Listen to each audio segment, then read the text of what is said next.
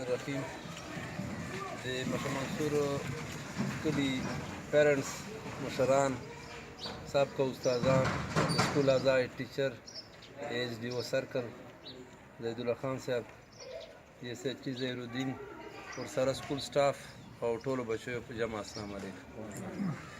دا نن پروګرام بچیو د داخلي مهم 2019-20 آغاز موږ وکړای. پرون د ډیسټریکټ لیول پروګرام موږ وکړای چې هغه چې موږ ضلع چې افتتاح وکړه چې موږ به سکولانو ته 8 لاک بچي چې دي موږ صوبې چې 8 لاکه تاسې غوندې ماشومان په ټولې صوبې چې دا بغیر د سکوله دي انپړ ایسترېږي. حکومت دا مهم ده چې موږ به دا 8 لاکه بچي سکول ته راولو. دا به والدین اساتذه کرام او بچي په ګډه دا سرګرمي کوي.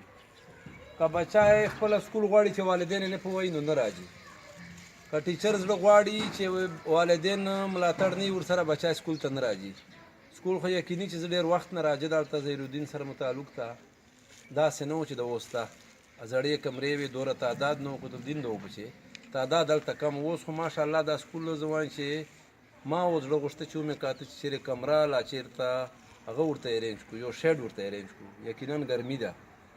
والدین نه مو دا خواسته خاص کر چې هر والدین او هر استاد که دا واده وکړي چې یو هغه بچی چې هغه سکول چې نه وي داخل زه به کوشش کوم په خپلې علاقې چې چېرته داسې غریبانې چا وس د کتابو نه رسېږي سکول چې مفت کتابونه ورکوي چا د بستې وس نه رسېږي چا د جوړې وس نه رسېږي نو موږ دغه کلیوالو نه خواسته چې هر سړی دا هغه وکړي چې یاره د دغه کمپین چې به یو بچی زه سکول چې داخلوم نو که دا 20-30 کسان موږ سره دا ملاتړ وکړي سره د استادانو نو چې یو بچی راولي نو هغه به تقریبا 15-20 بچي دغه سکول چې موږ انرول کړو.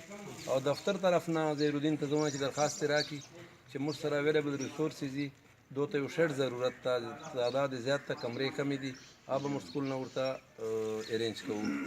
او دا د بچیو ته خپله پته نه لګي. والدین نه مې دا خواسته پرون ناظم صاحب یو خبره وکړه ایم صاحب موږ کمپین چې و عالم د شیخ الحدیث ته د بچای چې د ویلې چې دا خبره ځکه کوم چې د مشرانو ته کې داسې نه وي پته د بچای چې دا فطرتاً په فطرت د اسلام پیدا کېږي.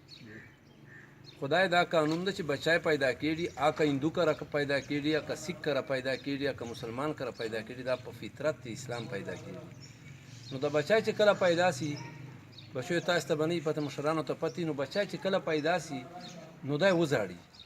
دا هغه شیخ الحدیث خبره نو وایي چې دلته دا شیطان مسخ کړي. تاسو کېدای شي دا علم چې دا خبره نه وي. د بچی چې پیدا سي بیا ورته یې ویې نه زړل بیا مړ سه. بچی چې پیدا سي نو وایي چې کله دا د زړه وکړي دلته دا شیطان مسخ کړي.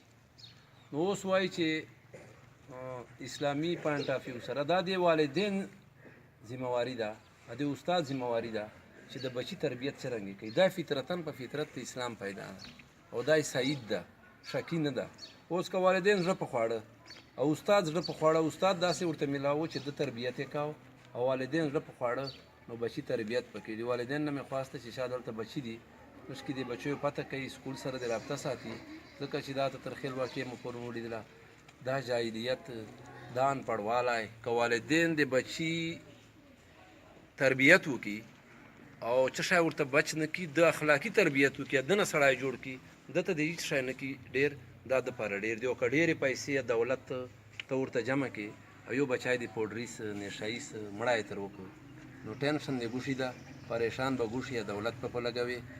نو ښه خبره ده چې پیسې ما ورته بچت کوو بچي زندګي جوړوي غپاره استاد سره. استادانو نه مې خواسته چې بچیو اخلاقي تربیت یې کوي. انتهایي مو معاشره ډېره خرابه ده. موږ وینو دغې معاشرې خلک یو سخت بد حال ده.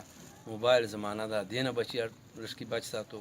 او کلیوالو شکریه ادا کوم چې موږ د پروګرام چې شرکت وکړو او سکول هم شکریه ادا کوم چې موږ ته دعوت راکړو او دا پروګرام د موږ خدای کامیاب کړي او د بچي د موږ مستقبل لپاره د خیر ذریعہ وګرځي. دعا وغواړو چې خدای پاک موږ دغه مهم چې کامیاب کړي. سبحان ربک رب العزة عما یصفون وسلام علی المرسلین والحمد لله رب العالمین. او ورځ کې دا نن مهم برکات باندې